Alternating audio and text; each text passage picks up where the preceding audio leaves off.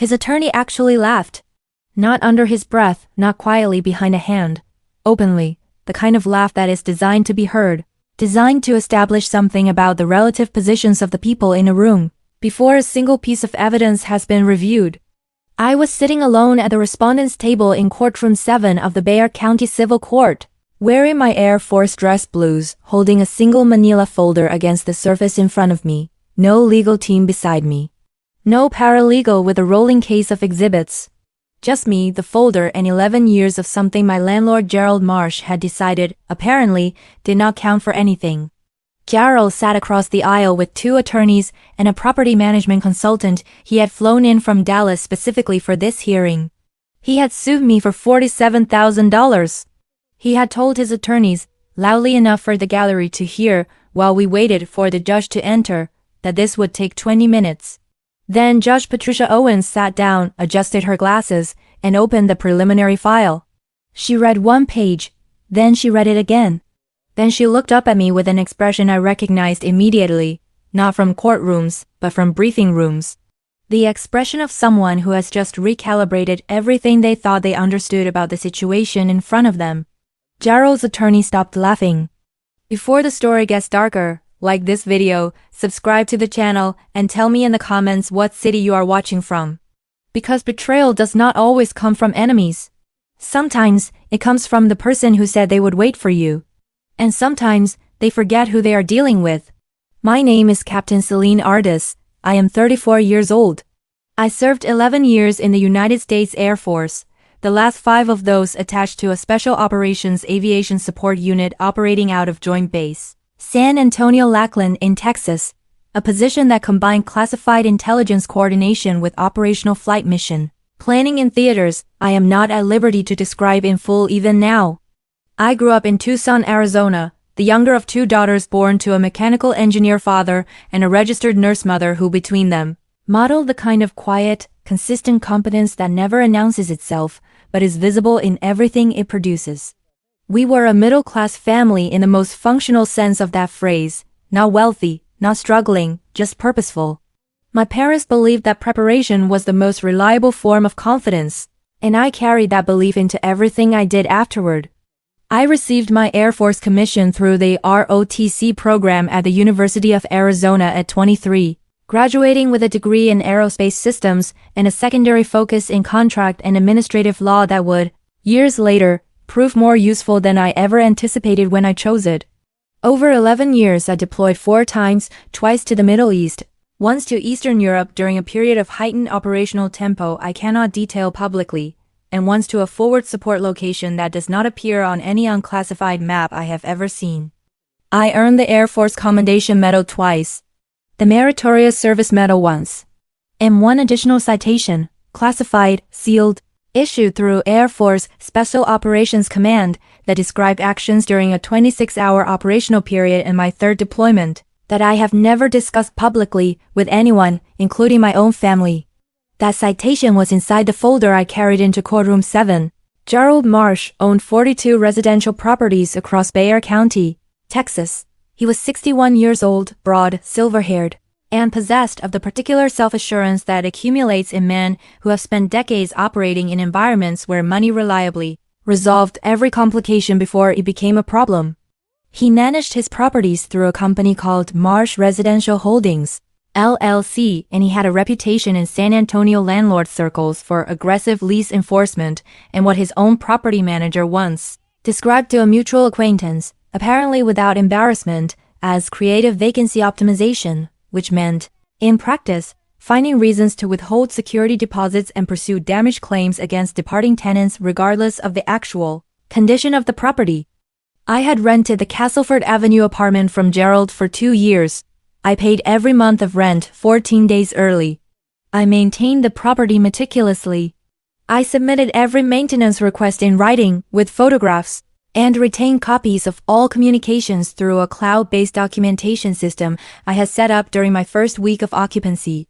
I did this not because I anticipated a legal dispute. I did it because 11 years in the Air Force had made documentation a reflex as automatic as breathing. The first indication that Gerald intended to cause problems came 3 weeks before my lease ended, When his property manager conducted the move-out inspection and produced a 14-page damage report that included charges for a cracked bathroom tile I had photographed as pre-existing damage on my move-in date, repainting costs for walls I had repainted myself to original color before vacating, and a carpet replacement fee for carpet that, according to Gerald's own lease addendum, had exceeded its useful life before I ever signed the agreement. The total on the damage report was $47,215. I read it twice. Then I opened my documentation folder, cross-referenced every line item, and noted that I had photographic and written evidence refuting every single charge on the list. I sent Gerald a certified letter the following morning. He filed suit 4 days later. The suit arrived via certified mail on a Thursday afternoon. I was on base when it came. My neighbor signed for it and left it against my door, and I found it that evening still in uniform, carrying the particular exhaustion of a day that had begun at 4:45 with an operational planning session and ended 12 hours later with a classified communications debrief. I sat at my kitchen table, still in my blues, and read every page of Gerald's complaint carefully. It was, I will give him this, a thorough document. His attorneys had constructed a narrative in which I was a negligent tenant who had caused extensive and willful damage to a premium residential property, refused to engage in good faith repair discussions, and departed the premises in a condition requiring complete remediation at the landlord's expense. Every sentence of it was documented fiction. The first thing I did was call the Air Force Legal Assistance Office at Lackland. The JAG officer on duty that evening, a sharp, precise woman named Lieutenant Colonel Dana Fries, listened to my summary, asked 4 clarifying questions, and told me that the Service Member Civil Relief Act almost certainly applied to several elements of my situation, and that I should bring my complete documentation file to her office the following morning. I was there at 0730. Lieutenant Colonel Fries reviewed my documentation for 90 minutes, move-in photographs with timestamps, written maintenance communications with Gerald's property management company, certified mail receipts, the lease addendum regarding carpet useful life, Gerald's own document bearing his company's letterhead, a side-by-side comparison of every damage charge against the photographic evidence I had captured on move-in day. When she finished, she set the folder down and looked at me with the calm expression of someone who has reviewed a great many legal situations and can distinguish immediately between complicated ones and simple ones. Captain Ardis, she said, this is not a complicated case. Gerald's attorneys, meanwhile, were apparently operating under the assumption that I would either settle quickly to avoid the stress of litigation or be sufficiently intimidated by the scale of the claim to capitulate before discovery began. They sent a settlement offer 2 weeks after filing, $31,000. A reduction from the original claim, framed generously in the cover letter as a goodwill gesture reflecting Gerald's preference for resolution over protracted legal conflict. I forwarded it to Lieutenant Colonel Fries. She advised me to decline. I declined. Gerald's attorneys sent a second letter 10 days later, notably less warm in tone, indicating that their client intended to pursue the full claim amount through trial and that I should consider my position carefully given the costs of civil litigation. I filed my formal response to the complaint with the court the following morning, attaching 43 exhibits. Somewhere in the middle of preparing those exhibits, I made one additional decision. I contacted Air Force Special Operations Command's Legal Liaison Office and submitted a formal request for declassification review of one specific document in my personnel file. The process took 11 days. The document arrived in a sealed envelope with a SOCOM routing stamp on a Tuesday. I placed it at the back of my folder without opening it again. I already knew what it said. The moment I understood exactly what Gerald had been doing, not just to me, but systematically, came from a woman named Patricia Dunn. Patricia found me through a tenant advocacy Facebook group where someone had shared a post about my case after Gerald's lawsuit became part of the public court record. She sent me a private message on a Wednesday evening, 3 weeks before the trial date. She had rented from Gerald 4 years earlier. She had been a graduate student at UTSA, 26 years old, no legal background, limited savings. Gerald had filed a similar damage claim against her for $39,000 upon her departure. She had no documentation. She had settled for $18,000 she borrowed from her parents. depleting her family's emergency savings and delaying her graduation by a semester because she had to take on additional work hours. She had found 6 other former tenants with nearly identical stories. All of them had settled. None of them had documentation systems. None of them had a JAG officer in their corner.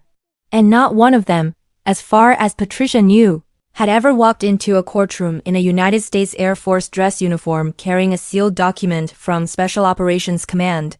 I thanked Patricia. I asked her to send me whatever she had. She sent me everything. I forwarded it to Lieutenant Colonel Fries that same night. Fries called me at 0615 the next morning. Captain Ardis, she said, I think we just found Gerald Marsh's pattern. Lieutenant Colonel Fries moved with the efficiency of someone who had spent a career turning complicated situations into organized ones. Within 72 hours of receiving Patricia's documentation, she had connected my case to a civilian attorney named Robert Garza, who specialized in predatory landlord litigation and had been building a separate pattern of conduct file on Gerald Marsh for 14 months. Robert had 3 former tenants willing to provide written statements. With Patricia's network, that number became 9. Robert filed a motion to introduce pattern of conduct evidence 2 weeks before trial. Gerald's attorneys objected immediately and at length. Judge Owens allowed it.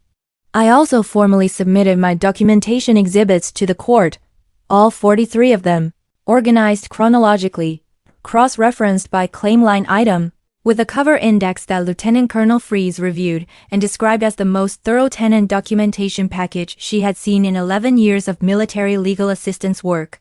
The sealed SOCOM document I placed at the back of the exhibit package, listed simply as Exhibit 44 in the index, with a notation that it required judicial review under Federal Information Handling Protocol before a courtroom presentation. Gerald's attorneys requested a description of Exhibit 44 during pretrial discovery. I responded through Robert with a single line, classified personnel citation. Available for judicial review only per 10 U.S.C. Section 130B. They filed a motion to exclude it. Judge Owens denied the motion. Gerald, I was told by Robert, was becoming less comfortable as the trial date approached. Good. Courtroom 7 was smaller than I expected for a civil proceeding of this scale. 14 rows of gallery seating, most of them occupied. Word had apparently spread through the local tenant advocacy community, and Patricia Dunn sat in the 3rd row with 5 of the other former tenants Gerald had pursued. Robert had not invited them. They had simply come. Gerald arrived with his 2 attorneys and his property management consultant, settling into their table with the organized confidence of a team that had done this many times before and expected this time to proceed similarly. I sat alone at the respondent's table with my folder. Gerald's lead attorney, a polished man named Vincent Harlow, who I had done enough research to know had won 11 of his last 13 landlord-tenant cases, glanced at me once and looked away with the minimal acknowledgement of someone who has already categorized the opposition and found it manageable. Judge Patricia Owens entered at 9:02 a.m. Everyone rose. She settled, reviewed the docket briefly, then opened the preliminary exhibit package. She reached Exhibit 44. She read the cover notation. Then she looked at the courtroom deputy and said something quietly.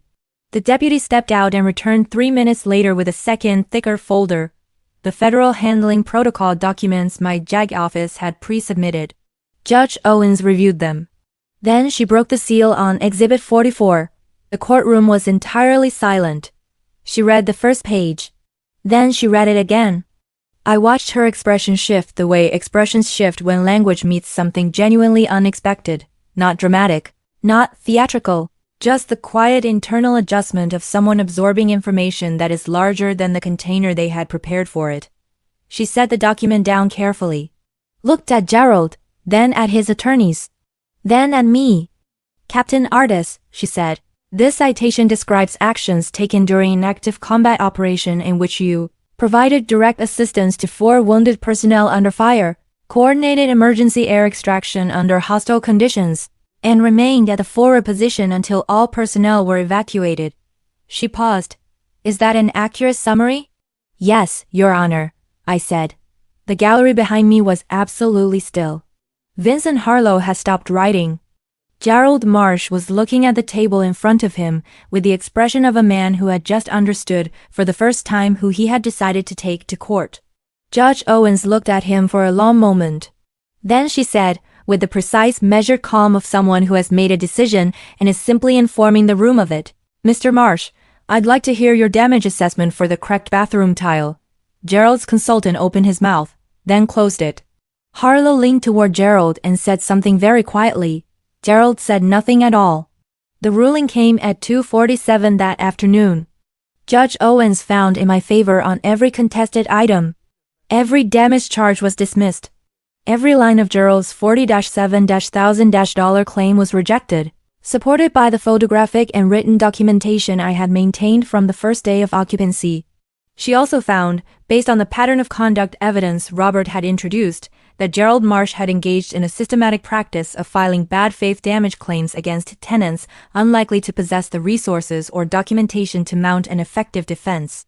She referred the matter to the Texas Attorney General's Consumer Protection Division for investigation of predatory landlord practices. She awarded me full recovery of legal costs. And in a final note read into the court record, Judge Owens stated that the court wished to acknowledge the service record of the respondent and that the manner in which Captain Ardis had documented, prepared, and presented her defense reflected credit upon herself and upon the standards of the institution she served. Patricia Dunn was crying quietly in the third row when I turned around. The 5 other former tenants were on their feet. Robert shook my hand without speaking, which from Robert, I had learned meant more than a speech would have.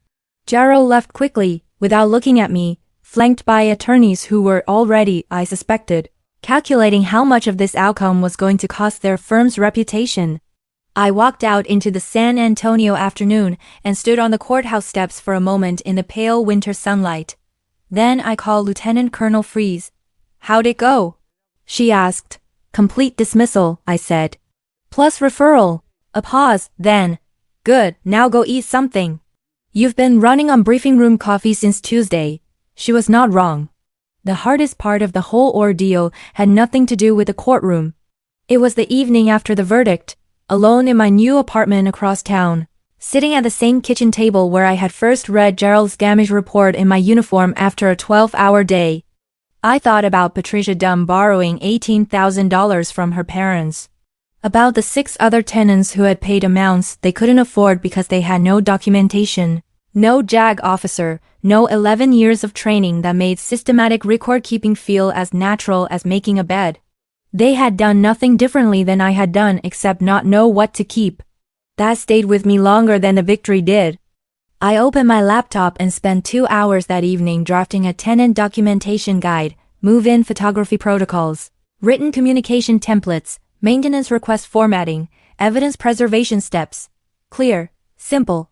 12 pages. I sent it to Patricia the next morning. She shared it in the advocacy group by afternoon. Within a week, it had been downloaded 400 times. Some missions don't begin with orders. Sometimes they begin with a kitchen table and 2 hours, and the understanding that the thing you survived is the exact thing someone else needs to know how to survive too. I have flown support missions in the dark over terrain that does not appear on civilian maps. I have sat in briefing rooms making decisions whose consequences I carried home in my body for months. I have operated in environments where preparation was not a preference. It was the difference between coming home and not. What Gerald Marsh did not understand, and what I think people like him never understand about people like me, is this. We do not prepare because we expect conflict. We prepare because we respect the possibility of it. 11 years taught me that the most dangerous opponent any adversary can face is not the loudest one in the room, or the most expensive one, or the most confident one. It is the quiet one who has already done the work. I was always the quiet one.